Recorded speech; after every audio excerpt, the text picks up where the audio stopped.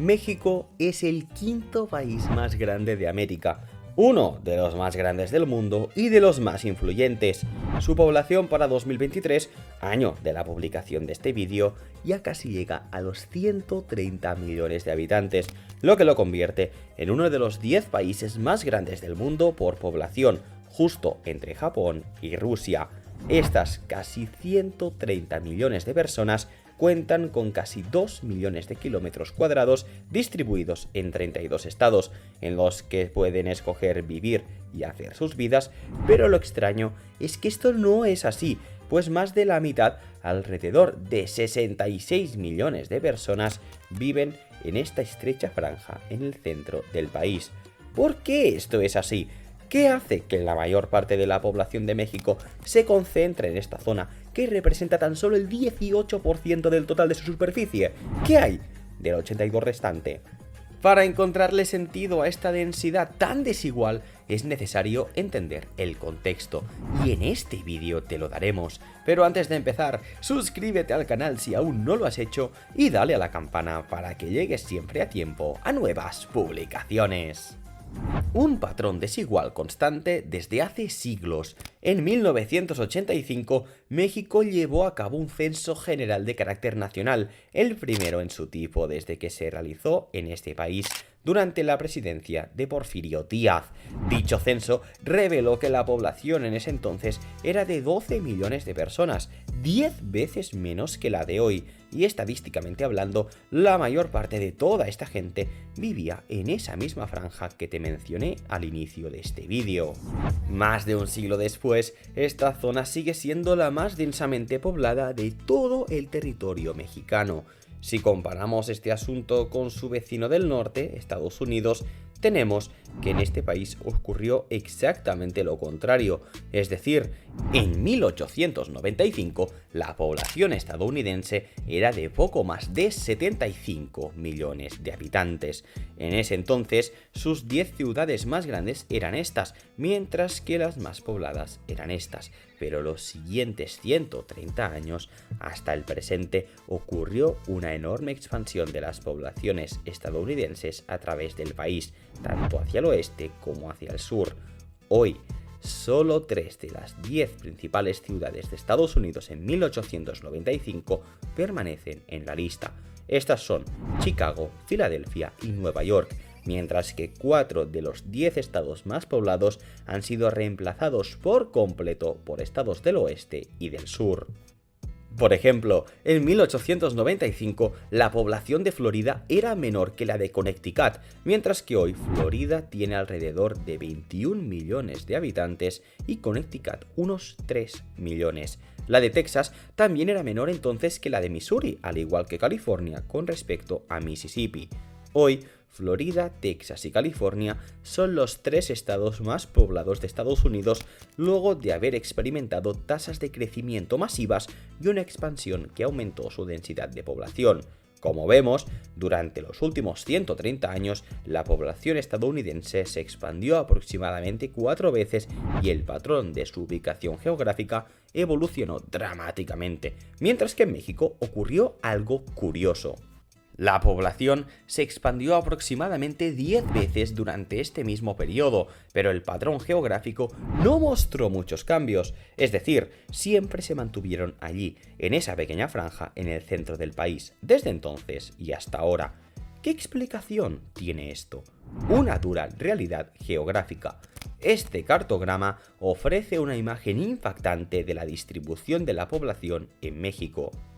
El Distrito Federal y el Estado de México contiguo representan poco más del 1% del área de México, pero albergan a más del 22% de la población, lo que equivale a una densidad de población de 950 personas por kilómetro cuadrado. Esta franja central, que incluye a la Ciudad de México, rodeada por Guadalajara, Aguascalientes, Xalapa, Veracruz, Puebla, Cuernavaca y Morelia, cubre solo el 10% del territorio mexicano y allí es donde habita más de la mitad de la población. Eso equivale a una densidad de población mayor que la del noreste de Estados Unidos, Reino Unido, Alemania o Italia. Ahora bien, ¿y el 90% del territorio restante? Allí habitan alrededor de 50 millones de mexicanos. En ese territorio, que es más grande que cualquier otro país latinoamericano con excepción de Brasil, la densidad de población es obviamente bastante baja.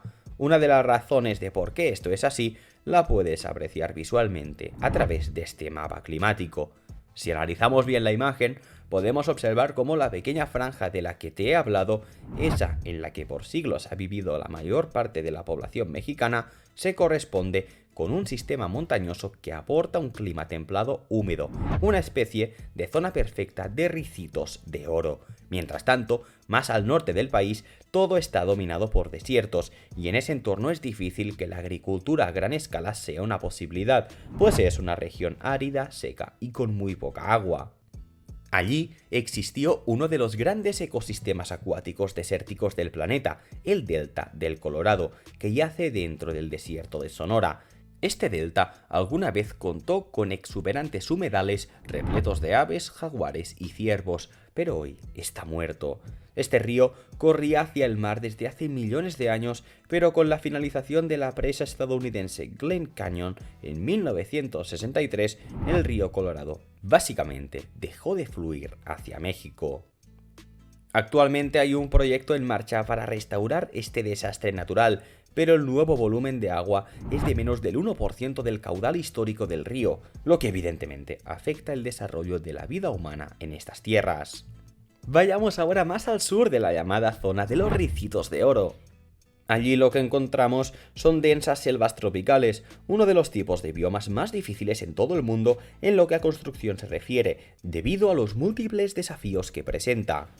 Por ejemplo, en estas regiones densamente arboladas suele llover mucho, y eso hace que factores como el secado del concreto para los cimientos de posibles edificios o carreteras sea bastante difícil de asegurar. El calor también es excesivo allí, y esto provoca que, por ejemplo, el asfalto se ablande y se deforme cuando se coloca bajo cargas lo suficientemente pesadas, como en un puente, por ejemplo. Construir caminos o estructuras a través de selvas no solo es más complicado y laborioso, sino también más costoso. Es por ello que esta región sur se encuentra casi deshabitada y con solo 8 caminos pavimentados que se extienden desde la frontera sur de México hasta Guatemala y Belice.